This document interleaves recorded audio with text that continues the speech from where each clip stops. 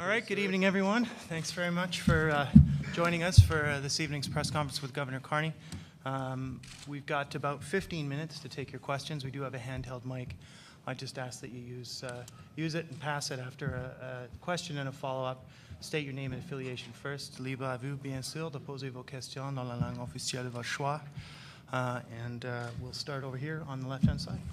Josh Wingrove with the Globe and Mail. Mr. Governor, can you speak to the fact that, if memory serves, you had something like 120 days of overlap with Mr. Dodge when you were named his successor? We still don't know who your successor is. To what extent do you think that'll be a challenge for whomever fills your shoes? Look, I've been asked the question whether I had any advice for my successor. I was asked the other day, fair question from the Parliament, the Finance Committee. And I don't presume to give advice to my successor. I'm highly confident that whoever's named the next governor will be ready to assume their responsibilities from the 2nd of June. So.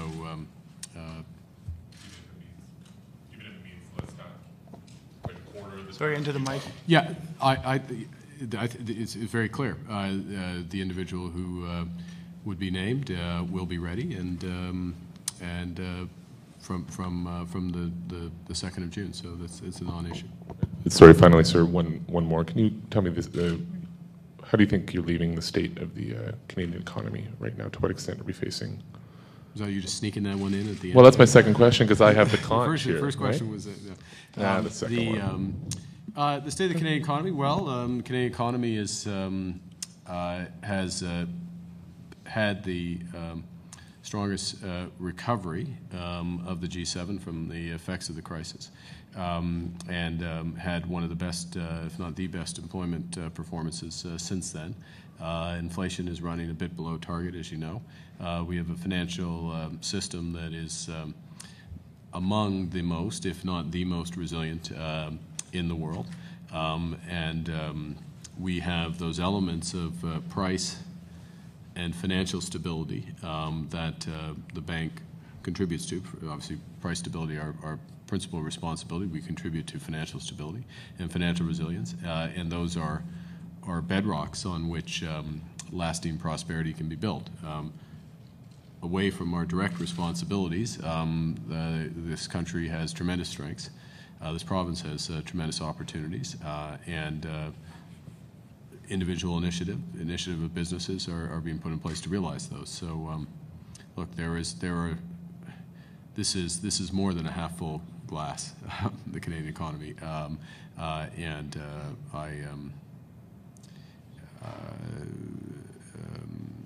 there's always more that can be done, and we should retain our ambitions to continue to improve. But I believe that the economy, in operating in an extremely difficult external environment, has demonstrated its resilience and the resilience and inventiveness of Canadians. Over there. Ross Needs, Global News. Can you speak to the current levels of household debt that we're seeing? We've often heard worries about these rising levels of household debt. Have they improved, and what's the outlook on that? Yeah, obviously it's been something we've been very focused on at the bank over the last several years. It's a matter that has been of concern and action of the Federal Minister of Finance, the regulator for the banks, OSFI. A variety of measures have been taken for tightening of mortgage insurance rules, tightening of mortgage underwriting guidelines. The bank's stance of monetary policy on the margin has been influenced by some of these developments. The sum of all of that impact has been a much more constructive evolution in household debt. The pace of debt accumulation has fallen from double digits a few years ago to about 3% at present. It's basically approaching, if not at, the rate of growth of household income, which means that the ratio is stabilizing. Now, it's stabilizing at a high level, but it is stabilizing, which is the first and a very important step in a positive medium-term evolution of household balance sheets. So we're encouraged by the dynamics that we have seen. And we have said in our most recent monetary policy report that we expect stabilization in the near term of the household debt ratio. Second question. We often hear that Alberta is one of the drivers of Canada's economy. That said, Alberta has had a very difficult year, a very large deficit. How do you see the state of Alberta's economy and moving forward with it? Well, in 2012, as you know, Alberta was the strongest province, had the highest rate of growth. This economy, for the challenges that it does have, and there are some challenges, has the lowest unemployment rate in the country, less than 5%. I think good employment outlook there. It has continues to be a magnet for workers, for Canadians, so a very strong job creation record.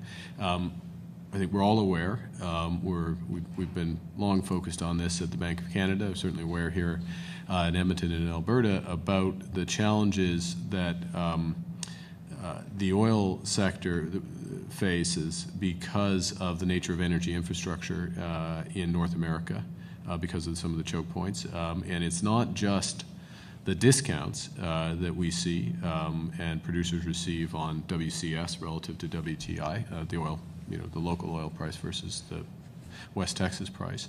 Those discounts have been substantial, and that's very important. That is a dynamic that has had a material impact on the rate of growth here, and actually on the margin, the rate of growth in Canada.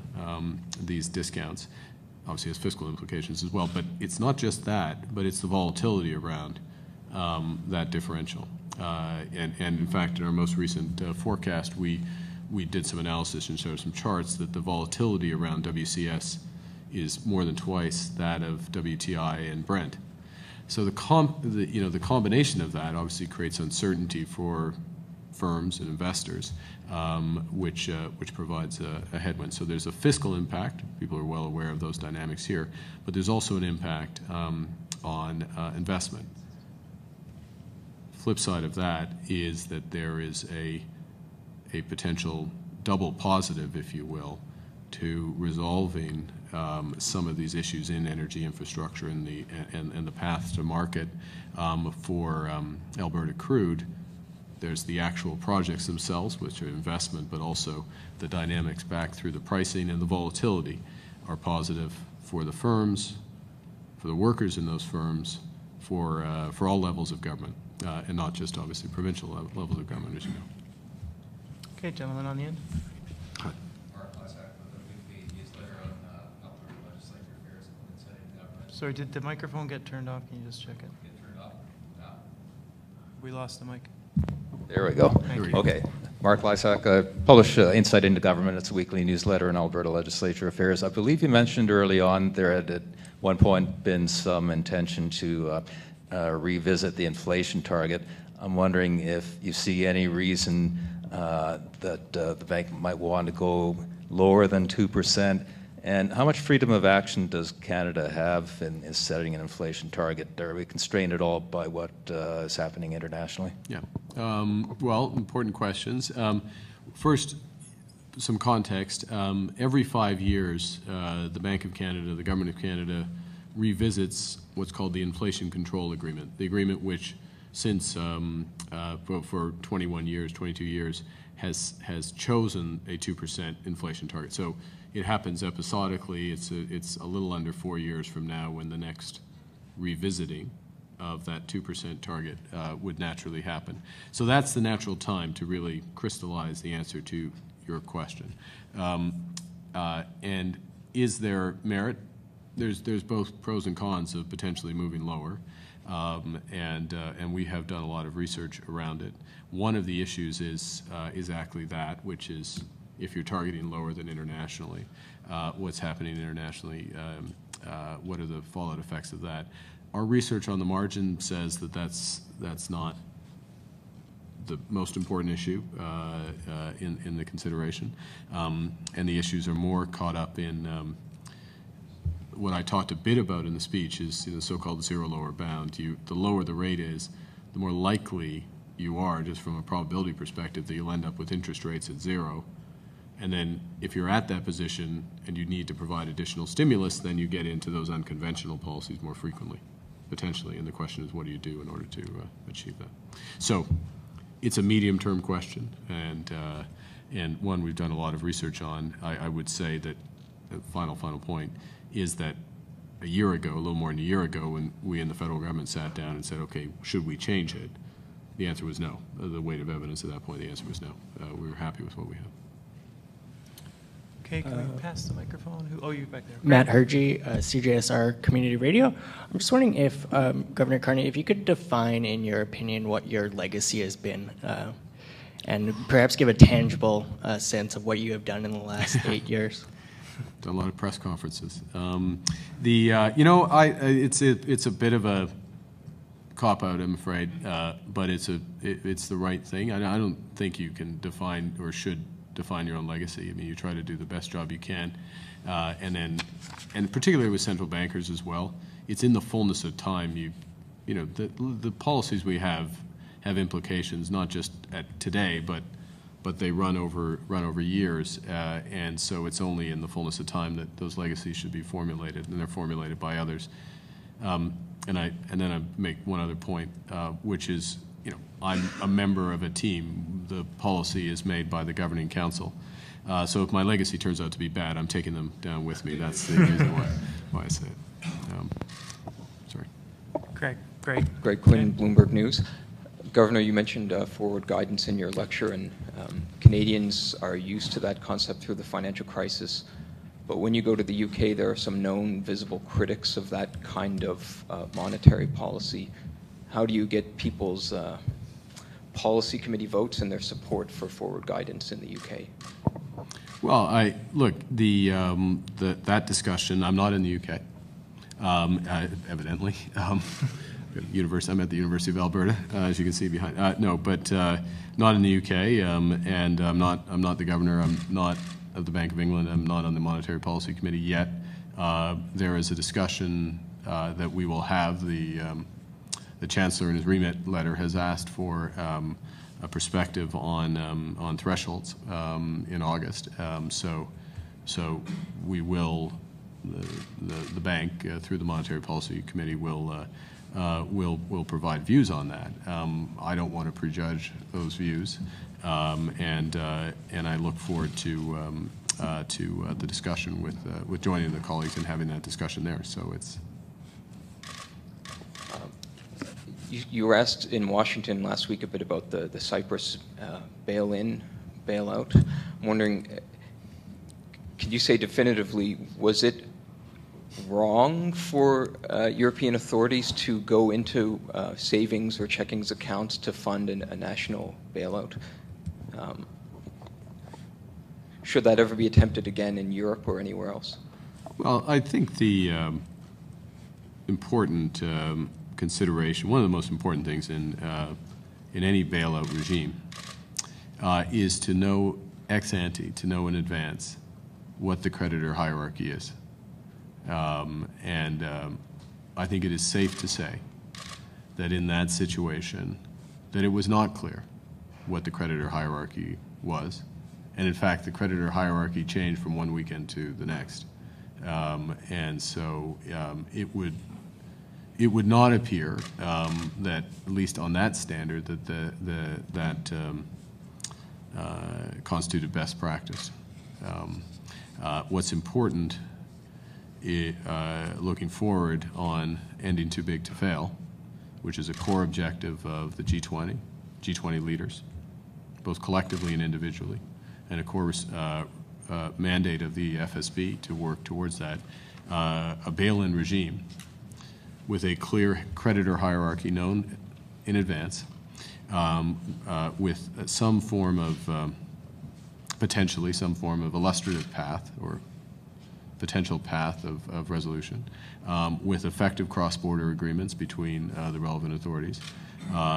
All of those elements are central, in my opinion, to achieving a shared objective of leaders, of regulator supervisors, and I would say of the better-run financial institutions, better-run major financial institutions who are investing considerable time in trying to help to design the type of securities that would work in a situation for much more complicated cross-border financial institutions than those to which you were referring.